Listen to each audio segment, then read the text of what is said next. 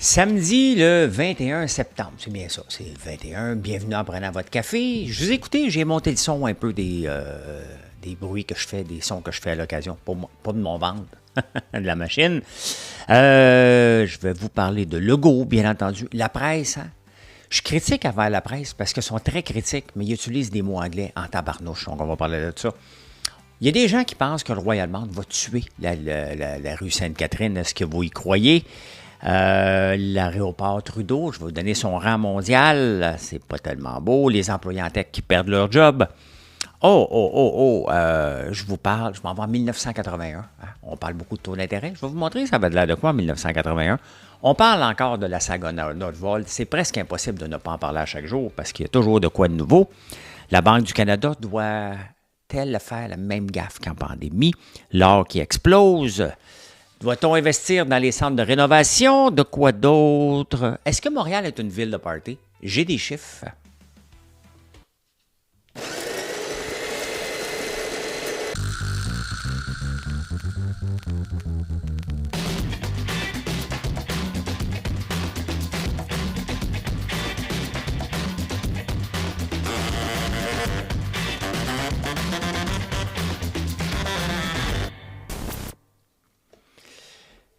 Je vous ai parlé que j'ai utilisé, puis j'ai mis dans quelques recettes, dans quelques articles de blog, des podcasts faits par l'intelligence artificielle de Google.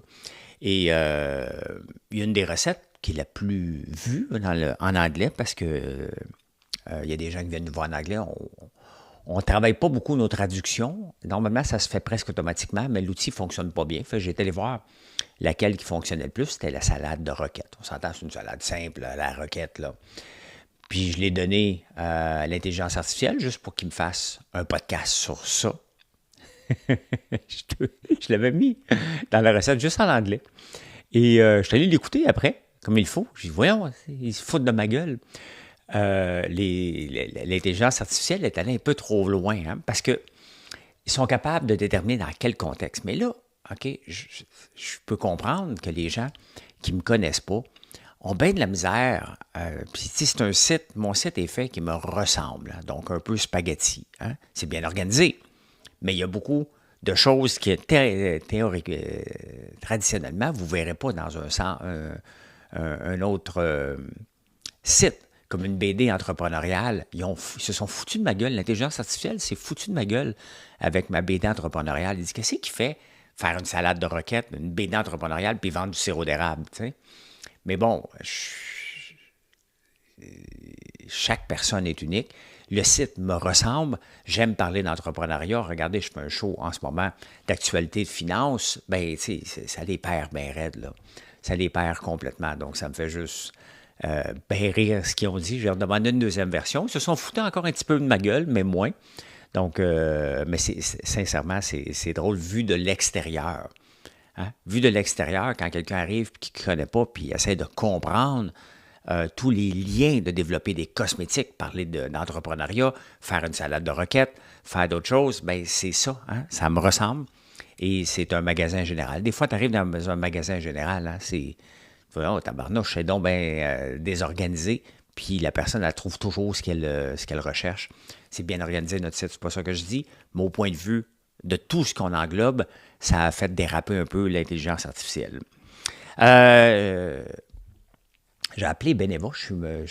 Mes assurances sont avec Beneva. Et pour annuler l'assurance de ma Lamborghini Huracan que j'ai vendue en échange d'une Urus. C'était ma façon à moi de me débarrasser de mon auto que j'ai depuis 2015, que je n'ai pas utilisé depuis 2000. Ça fait 3 ans qu'elle est dans un garage. Donc, j'avais peur qu'elle reste là encore 2 ans. Donc, j'ai dit, bien, meilleure façon, c'est de l'échanger contre un plus neuf. Si je ne veux pas le camion dans 2 ans, je vais le revendre. Au moins, je vais m'avoir amusé dans une auto neuve pendant 2-3 ans. Donc, au lieu que l'autre prenne la valeur et qu'elle ne se vende pas.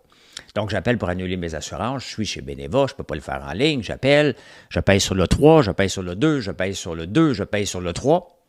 Bonjour, réception Beneva. Mais j'ai dit, pourquoi vous m'avez fait tout ça, tu sais? Ah, elle dit, c'est comme ça ici. Donc, le service, tu sais, j'ai dit, donc, la prochaine fois, je suis mieux de faire 0. Elle dit oui. Tu sais, moi, j'ai travaillé dans les systèmes informatiques, là. Des affaires comme ça, là, c'était mon pain et mon beurre, des IVR qu'on appelle, là. Réponse vocale automatisée, donc des RVA. Mais sincèrement, si tu me fais peser le 3, le 2, le 3, notre menu a changé. Hey, ça, là, ça me fait tuer. Notre menu a changé. Oui, mais c'est parce que c'est la première fois que je viens, moi. OK? C'est pas comme si on vous appelle à toutes les 2 minutes, là. Hein? Fait que la prochaine fois, si vous appelez chez Beneva, selon la réceptionniste, pèse 0. C'est là que tu vas terminer. Anyway. Mais non, mais François Legault, lui, il ne cherche pas des amis. Hein? Il ne cherche pas des amis. Il n'y a pas d'amis au Parti libéral du Canada. Il n'est pas un pro-Poilievre. Le Bloc ne veut pas rien savoir de lui. Et, tu sais, le Bloc, là, il est supposé aider le Québec. Si François Legault dit, ah, moi, je ne veux pas travailler avec Justin Trudeau dans l'optique actuelle, le Bloc devrait l'aider. C'est son rôle. Quand même que Yves-François Blanchet dit non, moi, j'ai mon propre agenda. Moi. Il faut enlever le moi. OK? La gauche utilise le moi partout. Valérie Plante l'utilise tout le temps. Regardez, là, la gauche est tout le temps en train de parler de moi. Puis regardez, la droite qu'on accuse de tout va parler du bien commun, de que l'État se tasse des décisions des particuliers et des entreprises. On les accuse. Là, François Legault s'est tiré dans le pied. Ça doit être drôle, hein? Parce que des fois, il va rencontrer Justin Trudeau pour couper un ruban. Là. Quand même, qu'il vient de dire ça. La semaine prochaine, il va y avoir une annonce quelque part, puis les deux vont sourire main dans la main. Là. Ça doit être drôle. Moi, si je plante quelqu'un, ça ne me tente plus d'y voir la face après. Moi, je ne suis pas rancunier, mais si je le plante pour toujours. Là. Donc, on va suivre ça. Il n'y en aura pas d'élection. Il n'y en aura pas. Le Bloc... je pense que le Bloc s'est tiré dans le pied en ce moment. Tu sais. Un excellent article de Mario Dumont qui dit, bien, le Bloc, Paul Saint-Pierre Plamondon, il dit, hey, il y a une victoire de l'indépendance dans la salle avec le nouveau qui vient de gagner, puis le Bloc n'a jamais parlé d'indépendance. Tu sais. Le Bloc devrait juste parler d'indépendance. Ils ne servent à rien, sinon. Ils servent à rien, mais rien du tout. Bref, c'est ça, élire le Bloc. Hein? C'est d'avoir un parti qui ne sert à rien, mais qui pense que moi, c'est important pour moi. L'aéroport Pierre-Éliott Trudeau, à chaque fois que j'y vais, j'en parle. Je suis toujours déçu. Et la dernière fois, quand on est revenu de la Tunisie, où on est allé, c'était pas si mal. Ça a bien été. L'année passée, c'était le bordel. Hein? Bien, sur 27 grands aéroports internationaux en Amérique du Nord, donc Pierre-Éliott Trudeau se classe 26e. C'est John Wayne en Californie qui est le premier. Donc 26 sur 27. Pas assez d'espace. C'est trop tassé. Mais c'est sûr, c'est un vieil aéroport. Là. Donc, ils font ce qu'ils peuvent, mais les rangées ne sont pas assez grandes. Trop de monde, trop long à arriver. J'ai vu pendant les Olympiques, Nicolas Duvernois qui est obligé de débarquer puis marcher 1,5 km pour ne pas manquer son avion. Donc, on a une mauvaise réputation. Une très, très, très mauvaise réputation. Pour le shopping intérieur, ça fait pitié aussi un petit peu. Hein. Mais je ne comprends pas qui achète là, par contre, hein, dans les aéroports. Comprends pas. J'ai jamais rien acheté, puis j'en ai fait des voyages, là. Mais c'est ça, on est 26 sur 27. Mais l'aéroport est souvent la première impression qu'on a d'une ville lorsqu'on arrive. Et on ne donne pas une belle impression de Montréal, du Québec, du Canada, lorsque les gens débarquent ici et disent « Mais c'est quoi cette affaire-là? Ça fait République de bananes. » Bien, c'est ce que les gens pensent. C'est pas juste nous autres, les Montréalais, hein, c'est le reste de la planète qui pense que Montréal est un piètre aéroport. C'est comme ça. Est-ce que ça serait mieux si on avait gardé Mirabel? Ben non, c'était bien trop petit. Là. C'était bien trop petit. Est-ce qu'on va en construire un autre? Ben non, on va construire à Dorval, puis on va vivre avec. Ils sont en train d'agrandir constamment, mais il y a un prix avec les travaux. Hein. Hey, je suis tombé sur un site, pas tombé, j'ai lu le journal, puis j'ai bien vu que c'était ça. Tu sais, il n'y a aucun métier qui est éternel, hein? Ça, c'est un site qui s'appelle Layoffs FYI, pour ton info, là, PTI. En 2024, il y a 438 tech companies qui ont congédié 137 500.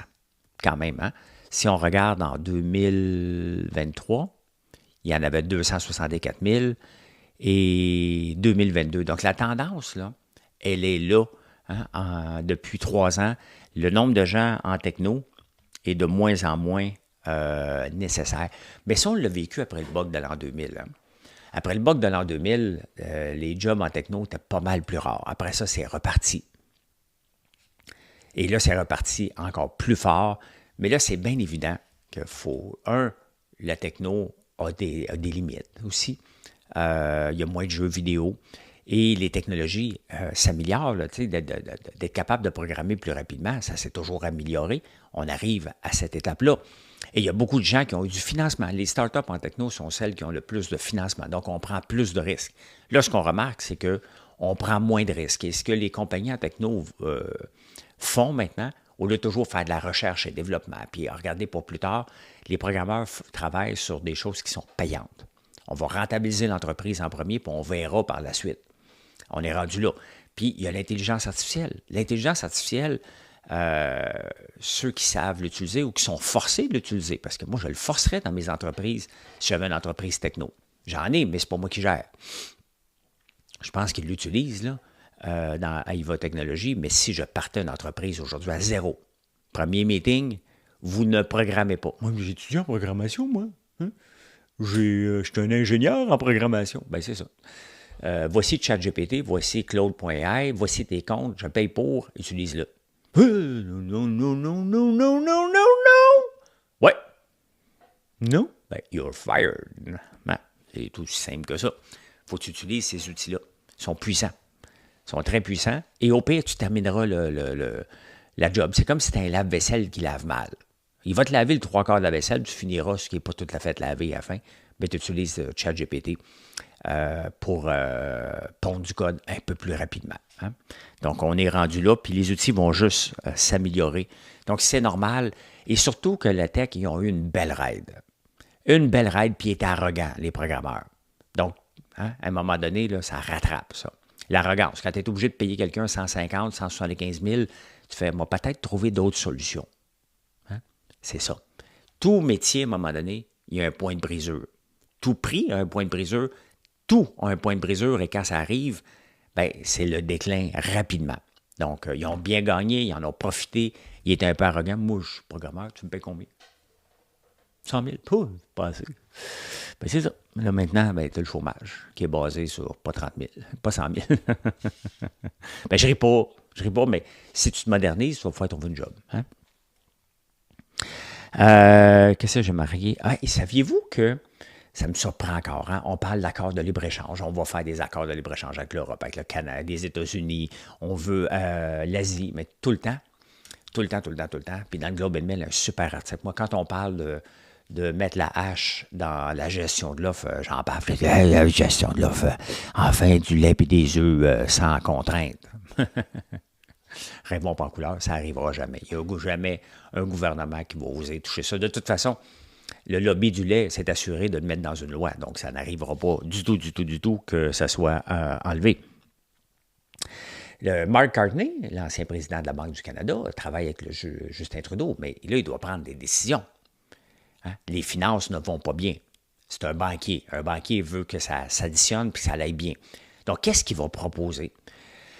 L'augmentation de la TPS. Vous savez qu'en 1991, lorsque la TPS a vu le jour, était à 7 %. On l'a descendu jusqu'à 5 %. Là, si on le remontait à 7 %, ça rapporterait 28 milliards par année. Donc, une partie du déficit serait comblée. Le problème, c'est qu'au Québec, dès que ça avait baissé, les gouvernements du Québec ont pris la balance. On n'a jamais eu de rabais ici au Québec, là.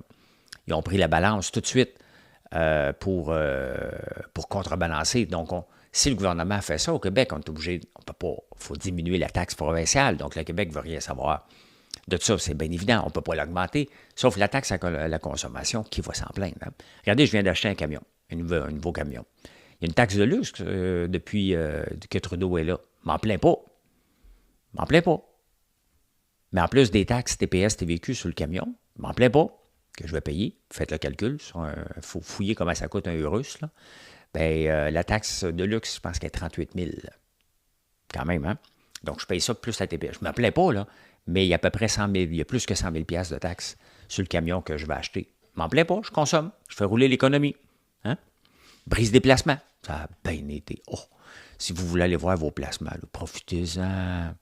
Hein? Moi, je suis bipolaire, là, donc ma bipolarité, je ne suis pas bipolaire, je suis bipolaire de mes placements. Et je vais juste voir quand ça va bien. Et là, cette semaine, je me suis gâté les yeux en tabarnouche, en me levant le matin, t'en vas voir. Ça ne change rien, je fais rien. Je ne fais pas de placement, je fais bon, mais je regarde, puis je fais oh, que c'est le fun. C'est le fun de voir monter ça. Hein? J'ai un chiffre en tête. Je ne sais pas. J'ai 57, j'aimerais ça l'avoir avant 65 ans. Hein? Donc, on verra. L'autre chose qu'Ottawa devrait faire, il y a des barrières tarifaires entre les provinces, imaginez-vous. C'est ça que je suis en train d'oublier. Tu as 200 milliards par année. Donc, si tu achètes quelque chose de l'Alberta, il faut que tu payes un tarif sur certaines affaires. La même chose qu'on a britannique, nous autres, si on en a. Jusqu'à tout dernièrement, il n'était même pas possible d'acheter 3 bouteilles de vin en Ontario. Il faudrait peut-être s'assurer qu'on est un Canada uni avant de faire ça. Et c'est épouvantable. Il y a tellement d'affaires. Hein? Depuis que Trudeau est au pouvoir, en plus d'avoir embauché en pleine pelletée des fonctionnaires, 120 000, bien, imaginez-vous que depuis qu'il est au pouvoir, il y a 9,2 milliards d'overtime que les fonctionnaires ont fait en plus. 9,2 milliards, les amis. C'est de l'argent en tabarnouche.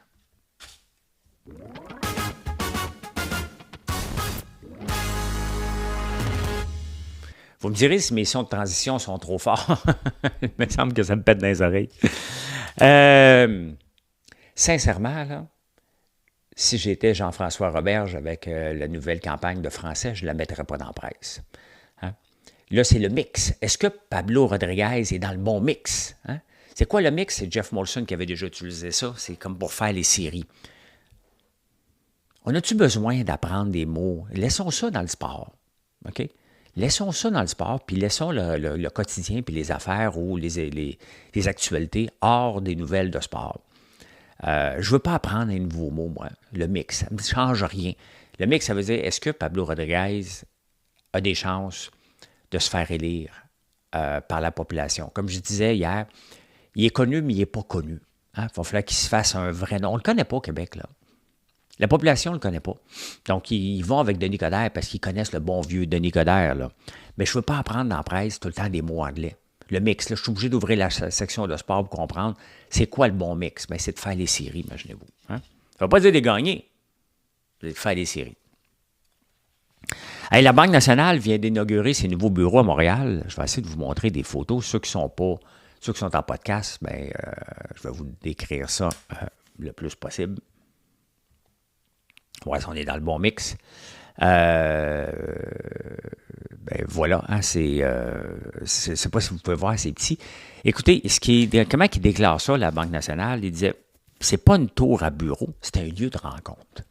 Et c'est vrai que ça doit être ça. Une entreprise en 2023, hein? Les gens peuvent encore travailler, ils ne sont pas obligés de venir au travail tout le temps. Ce n'est pas un retour au travail forcé, mais c'est certain qu'à chaque période, les bureaux. Hein? Quand je suis arrivé à Montréal, en tout cas en techno en l'an 2000, c'était les bureaux hippies un peu. Hein? On se promène en trottinette, puis la vie est belle. Là, maintenant, tu as besoin d'un espace de vie, tu as besoin des places où tu n'es pas toujours derrière un cubicule. On n'est pas toujours derrière un cubicule. Moi-même, quand je travaille ici de la maison, je travaille tout le temps de la maison, là, je travaille à différents endroits, des fois dans le sofa. Il n'y a rien de confortable au point de vue ergonomique, là, mais au point de vue faire différent, je ne serais pas capable d'être toujours derrière un bureau. Donc, c'est ce que la Banque nationale vient d'inaugurer. Quand même qu'ils sont assez présents et agressifs. Le président, j'oublie son nom, je pense Ferreira. La Banque nationale, on entend beaucoup parler. Ils ont fait l'achat de West Bank dans l'ouest de la ville, dans l'ouest du pays, dans l'ouest de la ville. Donc, intéressant. Hein? Il y a une chose que je ne comprends pas au Québec, puis j'en ai parlé cette semaine, et je ne comprends pas qu'on est rendu là, hein, des blocs de mégawatts. Hein? Ça, c'est un nouveau terme qu'on entend parler que dernièrement. Avec l'électrification des transports, les blocs de mégawatts. On avait refusé avec Pro qui font des serres ici, des blocs de mégawatts. Là, parce qu'ils sont sortis dans les journaux, par hasard, la ministre de l'Énergie a dit ils vont les avoir. Hein? Quand tu n'es pas obligé de passer par les journaux pour investir, Qscale, des centres de données, on leur a dit non. Google attend encore après ces blocs de mégawatts alors que le terrain est acheté. Je pense que c'est à Bécancour ou dans ce coin-là. On refuse. On manque d'électricité à ce point-là. Quel est le manque de planification qu'on a fait dans les années passées pour arriver à ce point-là? De refuser des entreprises ici qui veulent investir. Comment qu'on va créer de la richesse au Québec? On a vanté notre électricité tellement, que là, on en a plus à donner. C'est quand même... Ça me dépasse. Ça me dépasse qu'aujourd'hui, on parle de contingence de l'électricité et on va choisir quel projet va en avoir, quel n'en aura pas. C'est des investissements. Chaque personne qui veut investir, on devrait dire oui. C'est de la richesse. Ils ne demandent pas des subventions, ils demandent juste d'avoir de l'électricité, puis on leur dit non. On est rendu là au Québec. Ça, c'est des années, c'est pas juste le gouvernement de la CAQ qui en fait partie, mais c'est des années de dire non, de ne pas avoir de la surproduction. Si tu veux développer, regardez comment je développe des produits, c'est très simple. Hein? Je développe mes produits quand je suis en surproduction. Regardez l'herbe de Provence à la fleur d'ail. Pourquoi j'ai fait ça? Parce que j'avais beaucoup de fleurs d'ail cette année. J'ai dit, ça me prend un nouveau produit, je tombe en rupture de stock. Là, je en ai encore, là, mais je vais tomber en rupture de stock. C'est comme ça qu'on développe des nouveaux produits, qu'on développe des nouveaux marchés avec de l'abondance. Hein? Il y a quelques années, sur Sophie Brochu, on donnait de l'électricité aux Américains. On n'en parle plus. Là. Ça a changé rapidement. Très rapidement. Donc, c'est comme ça. Vous me demandez des fois de sortir de nouveaux produits. Bien, je ne peux pas, je suis en rupture de stock. Donc, je me limite à des nouveaux produits. Le Québec ne peut pas se limiter à des investissements. On ne pourra pas toujours quêter de la péréquation toute notre vie. Là. On a besoin de l'argent. On a besoin de ces investissements-là. Puis, quelqu'un qui vient s'installer à un centre de données, ça crée une coupe de job, pas tant. Hein? Mais ça donne de l'argent. Hein? En électricité, tout le temps. C'est rentable. Ça ne coûte pas cher au point de vue infrastructure. Ça ne coûte pas cher au point de vue main-d'œuvre, ni subvention. Mais ils font de l'argent à l'ère des centres de données qu'on a besoin partout. BlackRock puis Microsoft vont investir 100 milliards. On aurait pu les accueillir ici. C'est de l'argent énormément qu'on se tire dans le pied. Incroyable. Au lieu de ça, on veut la filière à batterie qu'on est obligé de payer pour qu'il soit ici. Hein? Il y a des gens vraiment qui croient que le Royal Mount va tuer la rue Sainte-Catherine. La rue Sainte-Catherine a été pas mal bombardée par Valérie Plante avec ses méthodes. Hein? Ses travaux qui finissent plus, la non-gestion des travaux qui s'étirent, c'est à ciel ouvert, il n'y a personne qui travaille là-dedans. Elle va revivre la rue Sainte-Catherine parce qu'il y a beaucoup de gens. Puis elle va être belle, puis on va se taper les bretelles, puis let's go. Hein? Mais Royal Mount n'a rien prouvé encore. Mais absolument rien. On va lui donner 2-3 ans avant de voir si ça va avoir fait mal à la rue Sainte-Catherine. Je pense que le Royal Mount va avoir fait mal à ses actionnaires plus qu'autre chose. Je n'y crois pas du tout, mais j'ai le droit de me tromper. Je ne croyais même pas à mon entreprise au début. Je disais, ben non, ça ne marchera pas. Fait que c'est ça. J'ai le droit de me tromper.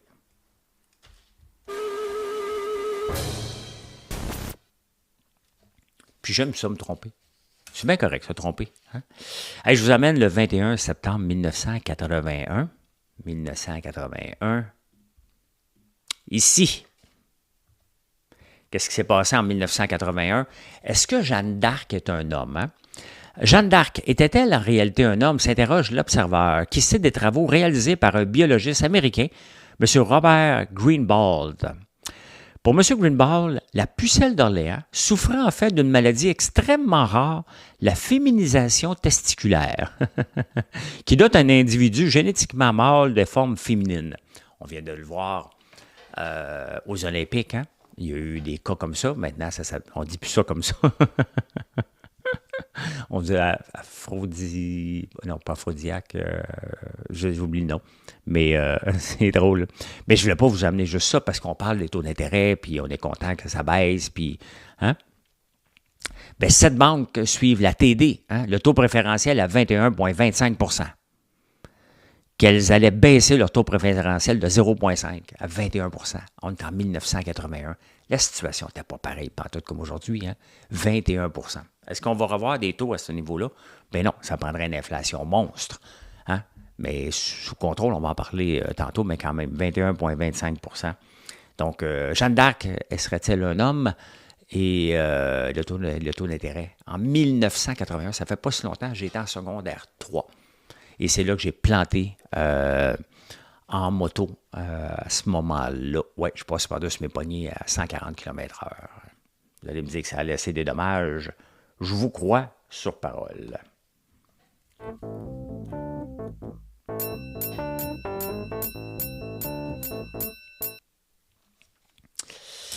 Bon, on est rendu où, là? Rendu où? Le bébé. Ah!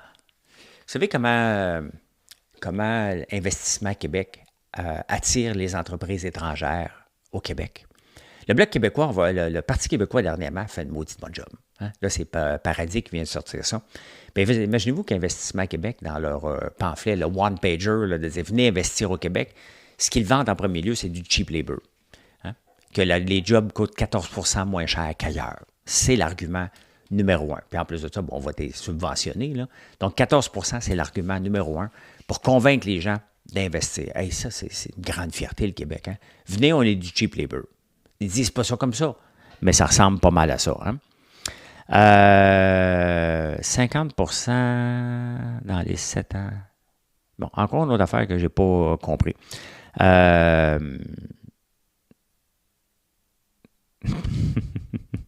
Nordvolt encore, sous les yeux d'un économiste suédois. Nordvolt, maintenant, qui est à la New York, il cherche une banque. Hein. Et un économiste suédois qui suit la situation de près dit, écoute, ils n'ont aucune chance. Hein. Ils n'ont aucune chance. C'est une entreprise, c'est un start-up, c'est un bébé. Hein. C'est un bébé, cette entreprise-là, puis ils ont eu des idées de mégalomanie. Bien, le gouvernement a embarqué là-dedans. Des idées de grandeur, ben trop grandes pour n'importe quelle start-up. Et c'est ce que je vous ai dit régulièrement. Ça n'avait pas de sens. Une entreprise se doit de prendre son temps. Un coup que c'est stable quelque part, on s'en va. Quand ta maison mère n'est pas encore stable, tu ne peux pas te lancer. Regardez, je suis encore au tout début. Je suis là, à 6 ans. Hein? On est encore en train de finir la construction. Hein? Il y a des toilettes qui ne sont pas terminées à l'usine. Il y a des choses qui ne sont pas encore rodées. Je ne suis pas encore rodé à 100 % que, admettons que j'aurais un gros contrat en Ontario. Est-ce que j'irais m'ouvrir une autre usine en Ontario? Bien, je vais me péter la gueule à mon échelle. Nordvolt se sont lancés partout, mais partout. Ils ont eu 15 milliards d'argent. Nous, on a à peu près 400-500 millions en jeu. On ne le sait pas exactement parce qu'il y a trop de menteries, là. Mais là, ils sont en train ils ont appelé une banque en renfort, qui n'est pas une banque spécialisée dans les faillites. Hein? C'est une banque spécialisée dans le redressement. Comment tu peux te redresser quand tu n'as pas une scène qui rentre puis tu as un burn rate de 7 milliards par année? Je pense que c'est ça, là. Hein? Donc, c'est ça. Puis, ils n'ont pas de revenus. Les revenus diminuent. Hein? Je vous montre maintenant, la bourse allait bien, mais qu'est-ce qui s'en vient qui va bien aller? On va regarder ça. Bon, je vous amène parce que je cherche. Je cherche partout. Où c'est que je l'avais mis? Bon, on va le regarder. HD, Home Depot. Regardez Home Depot, la croissance depuis, ça c'est-tu year to date que j'ai mis? Bon, cette année. Cette année, bien, il y a eu un pic à 397, c'était tombé à 321. Je vous parle de Home Depot parce que et Canac et BMR ici au Québec sont en train d'investir dans des centres de distribution. Et ici, je regarde depuis 5 ans. Bien, depuis 5 ans, il y avait eu un pic en 2021. Tout le monde construisait, on n'était pas capable de trouver personne. Hein? La même chose qu'il y a dans le techno, à un moment donné, c'était des gens de construction. Ils étaient arrogants pendant la pandémie. Là. Il y a un moment donné, on construisait le cabanon. Là, on a de l'argent, on est à la maison. Fait qu'on rénove, puis let's go, on construit. Les taux d'intérêt n'étaient pas élevés, puis à un moment donné, ça a commencé à monter. Donc, la même chose qui s'est passé avec Home Depot, le pic, ça descend, et là, ça remonte. Hein? Bien, c'est exactement ce qui va se passer, parce que les taux d'intérêt qui vont diminuer, les gens vont acheter des maisons. Il y a de la construction, on manque de logements. C'est sûr qu'on va recommencer à construire. À un moment donné, les villes vont donner des permis, puis on va recommencer à construire. Donc, je ne dis pas que Home Depot est un placement. Moi, j'en ai depuis longtemps de ça quand je regarde mon portefeuille géré par l'équipe de la Banque Royale. Mais c'est intéressant de voir que c'est des titres cycliques et ce titre-là revient maintenant à l'avant-garde. Et ça peut être intéressant. BMR ne sont pas à la bourse, bien entendu, ni Canac. Donc, c'est pour ça que je vous ai montré Home Depot pour regarder ce qu'il y en est exactement. Mais ils reviennent, puis c'est normal. Hein? Pendant que je suis là, je vais vous remontrer encore, je ne pensais pas un jour que Coca-Cola était pour être un titre refuge. Ça me dépasse que Coca-Cola soit un titre refuge. Quand la bourse explose, la techno monte, Coca-Cola se replie. Hein? Quand il y a moins de risques, parce que quand la techno augmente, c'est qu'on se dit, ben, il n'y a pas de risque, il y a moins de risque d'une récession, parce que c'est toujours la question qui va se poser. Va-t-on avoir une récession? Oui ou non? Ça fait longtemps. Il y en a des récessions, on va en avoir. On va en avoir une quand? Bien là, regardez, il y avait des risques moins de récession. Pendant que toute la bourse montait, Coca-Cola diminuait. Donc, ça me fait drôle que les gens le voient comme un titre de anti-récession. Ce qui est bon, c'est lorsqu'on a un portefeuille diversifié, puis on a ça dedans, bien, c'est bien parce qu'il y en a un qui monte, l'autre, il descend, puis à la fin, bien, ça reste que les compagnies doivent rapporter des profits. Hein? C'est toujours la même chose. Hein? La Banque du Canada avait trop attendu pour monter les taux d'intérêt. Ils ont attendu que l'économie, que l'inflation soit beaucoup trop élevée, probablement pour ne pas tirer d'impact des gouvernements qui dépensaient pour sauver de la COVID. Ils ont trop attendu. Donc là, maintenant, est-ce qu'ils vont... ils ont, en anglais, là, ils ont overshooté. Là, maintenant, est-ce qu'ils vont undershooter? Parce que la prochaine rencontre est le 23 octobre. Et si on a des taux d'inflation actuels de 2 et de 1,5 % et le taux de chômage qui augmente, bien, il ne faut pas se réjouir de ça, on risque la déflation. Donc, la Banque du Canada, il va falloir qu'elle donne un grand coup le 23 octobre et ce ne sera pas 0,25, ça va être 0,5, peut-être 0,75, mais surtout 0,5, il va falloir qu'il donne un grand coup. La prochaine rencontre après le 23 octobre, c'est le 11 décembre. Donc, il va falloir qu'il donne un bon coup pour stabiliser l'économie parce que si ils les retiennent trop sur les gardes, on va aller en récession. Personne ne va aller en récession parce que dans les récessions, techniquement, les gouvernements vont pomper de l'argent dans l'économie pour la sauver. Hein? Et ça ne marche pas du tout, puis on ne plus. Donc, le gouvernement, la Banque du Canada doit maintenant juger, OK, il faut que je ramène les taux d'intérêt. Idéalement, selon les analystes, c'est de ramener le taux d'intérêt qui est à 4,25, le ramener le plus rapidement possible vers 1,75, ce qui est une excellente nouvelle pour ceux qui ont des taux variables. Si vous avez un prêt à renouveler en ce moment, je ne donne pas de conseils, hein, mais prendre un taux variable serait la logique même en ce moment. La tendance n'est pas vers la hausse, la tendance est vers la baisse. Et il n'y a pas, à court terme, de tendance à remonter, même pas en 2025, à moins qu'il y ait quelque chose de fou qui va se passer. Là. Donc, idéalement, c'est 1,75 qui devrait nous éviter une récession. Ben, quand tout monte, hein? C'est quand même spécial. Et j'ai été voir l'or un petit peu, parce qu'il y en a qui s'intéressent à l'or. 2606, encore des nouveaux records. Regardez quand même depuis le mois de novembre, hein? L'or qui valait 1900 il y a un an, en vaut 2600, c'est une progression exceptionnelle. Si on regarde sur un an, 35 % d'augmentation quand même, hein? 35 %. J'ai Barrick Gold dans mon portefeuille. Il n'a pas monté de 35 % lui, parce que si j'avais un fonds indiciel basé sur l'or, oui, mais ça n'a pas été le cas. Donc, il faut toujours choisir nos chevals de bataille.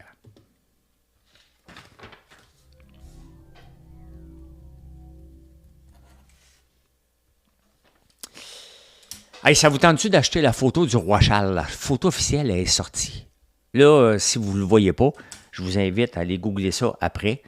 Donc, vous allez pouvoir l'acheter. Regardez-moi ça, cette photo-là, comment elle est laide.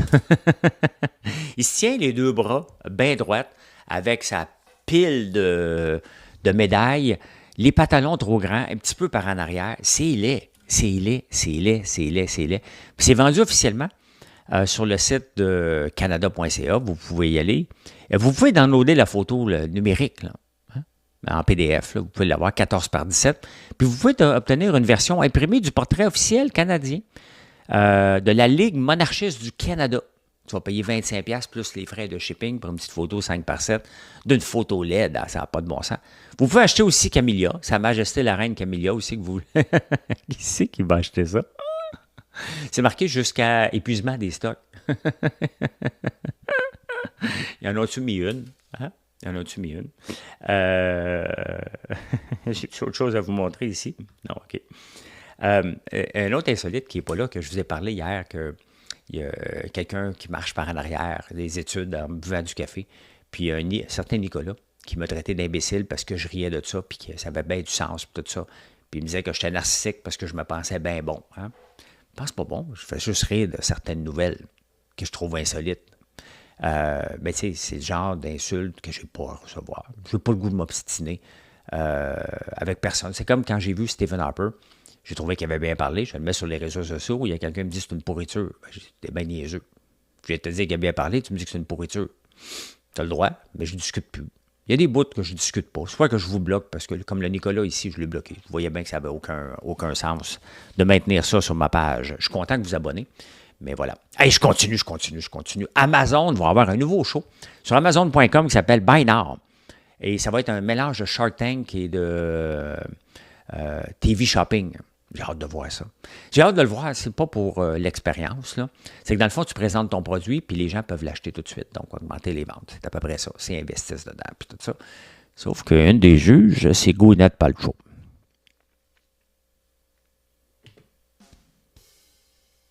Voilà. Hein? C'est Gwyneth, une des juges. Ça fait longtemps que je ne savais pas parler de Gwyneth. Hein? Ils ont 30, ça va commencer le 30 octobre, ils ont 90 secondes pour faire leur pitch. Intéressant. Est-ce que Montréal est une ville de party? Hein, vous pensez que Montréal est une ville de party? Ah, party! Let's go to Montreal! Hein? Let's go to Montreal! High prices are pushing more people in 6 of Canada's largest cities to call an early night. Le pourcentage des transactions qui se passent entre 7h et 4h du matin dans les cafés, restaurants et les bars. 38% à Toronto, 38% à Calgary, 36% à Ottawa, 25% à Montréal. On ne sort pas, tabarnane. À 5h, nous autres, on rentre chez nous, ferme ça à double tour, puis that's it, that's all. Il y a quand même, je ris, là, parce que ça, c'est en général. Donc, mais la fin de semaine, Montréal est plus de party que les autres. Mais on se fait battre par Ottawa, qu'on pense que c'est de Sleepy City. Hein? C'est le même qui l'appelle, même dans l'article. Donc, Montréal est une ville plate. Voilà. On ne sort pas la semaine. Eh bien, voilà. On ne sort pas la semaine. C'est comme ça, hein? Quand même. On sort la fin de semaine un petit peu. Petite affaire, hein? Eh bien, je peux dire ceci. Mission accomplished. Merci d'être là. Je vous souhaite un excellent samedi. Venez nous voir sur françoislambert.one. Et si vous n'êtes pas abonné, c'est gentil de le faire. Allez, bye, bonne journée.